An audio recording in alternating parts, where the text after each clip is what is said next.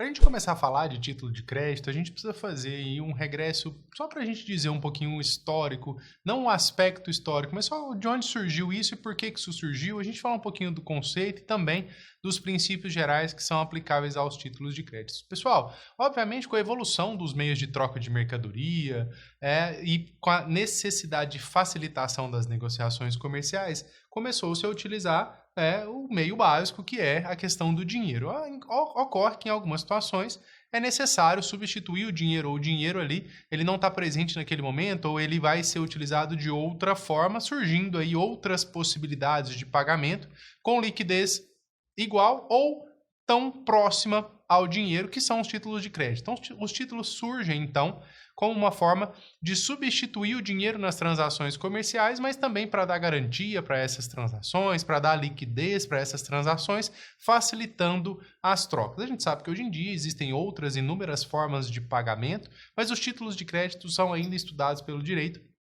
São ainda títulos de créditos que são clássicos, alguns criados até em 1930, alguns até mais antigos do que isso. Os títulos de crédito, portanto, pessoal, eles acabam se configurando como formas de negociação que substituem a moeda, que substituem o dinheiro, mas que têm valor ou tem valor como moeda. Os títulos de crédito acabam circulando riqueza e estão sujeitos, pessoal, a um regime jurídico diferenciado do que os contratos, por exemplo. Os contratos também representam negociações comerciais, mas obviamente não são ou não têm a mesma função dos títulos de crédito. E por isso, os títulos de créditos possuem um regime jurídico próprio, que é o regime jurídico cambial, que a gente vai chamar de direito cambiário aqui, tá? Existe um marco histórico relevante, principalmente no direito brasileiro, que é a partir de 1930, com a edição da Lei Uniforme sobre Letras de Câmbios e Notas Promissórias, e a Lei Uniforme do Cheque também um pouco posterior. Mas já em 1930, um tratado internacional que tratou aí sobre a questão das letras de câmbio e notas promissórias, que foi assinado pelo Brasil e foi internalizado por meio de decreto aqui no direito brasileiro. Pessoal, então, se a gente pudesse trazer um conceito de título de crédito, nós poderíamos dizer que o título de crédito ele é um documento necessário para o exercício do direito literal e autônomo que está mencionado nesse próprio instrumento.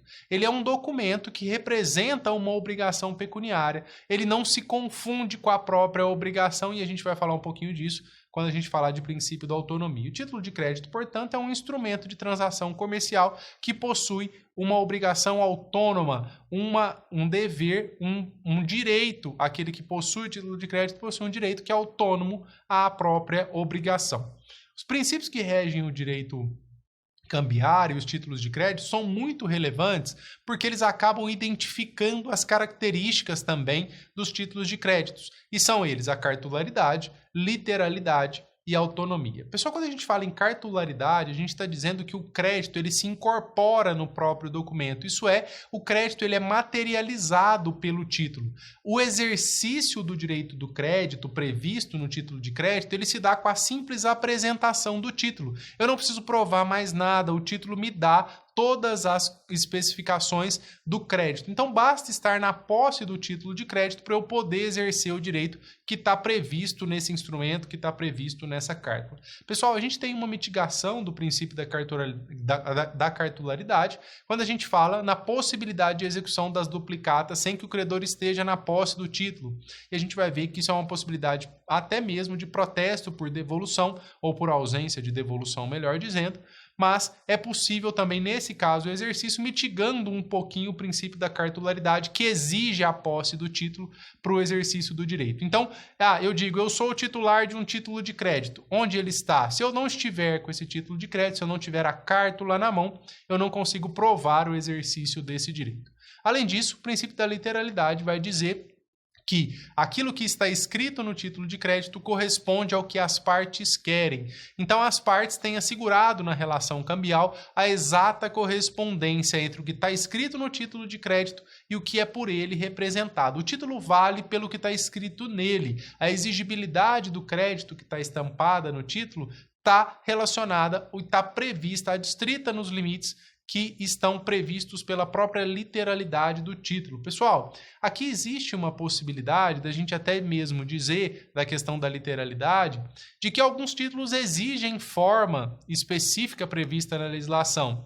E em outras situações, a lei prevê que são não escritas algumas cláusulas que se colocam no título de crédito. Então, o título de crédito tem representação literal, inclusive em algumas situações excluindo algumas coisas que são acrescentadas no título. Exemplo, artigo 10 da lei do cheque, que vai dizer que considera-se como não escrita a estipulação de juros que está inserida no cheque, porque o cheque é um título de forma vinculada. Ele tem que ser realizado nas formas que estão previstas na lei. O que for colocado no cheque além disso não vale nada, considera-se como escrito. Tudo isso também fundado no próprio princípio da literalidade.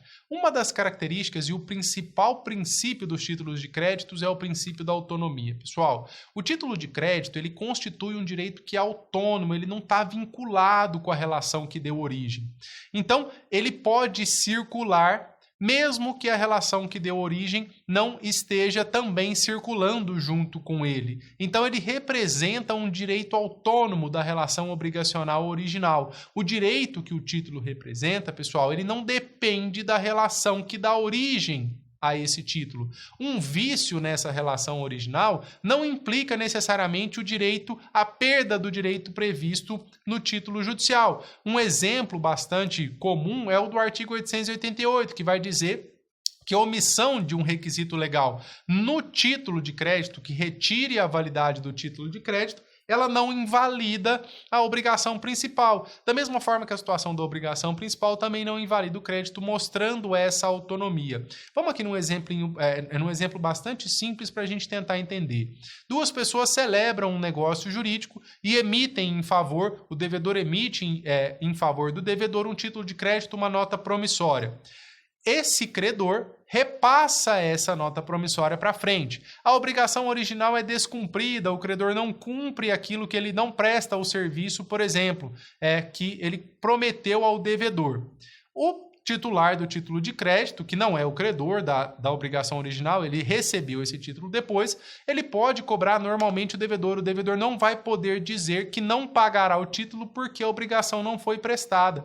A obrigação de pagar se mantém, sendo possível o regresso ou sendo possível uma ação de indenização por perdas e danos contra o credor, nesse caso específico. Tudo isso fundado no princípio da autonomia. O princípio da autonomia, pessoal, também faz com que haja isso que a gente diz que é a inopolibilidade de exceções pessoais do emitente contra terceiros de boa-fé. Então, terceiros de boa-fé que possuem o título, em função do princípio da cartularidade, em função do princípio da autonomia, podem exigir a obrigação nele contida, independentemente de exceções pessoais que o emitente tenha contra o devedor original, o credor original. A autonomia acaba também garantindo a segurança jurídica e a liquidez dos títulos de crédito. Se não houvesse autonomia entre as obrigações, dificilmente os títulos de crédito circulariam com a facilidade que circulam hoje. São esses os princípios que a gente tem que levar em consideração para estudar a teoria geral dos títulos de créditos e os títulos de créditos em espécie que a gente vai fazer daqui a pouquinho.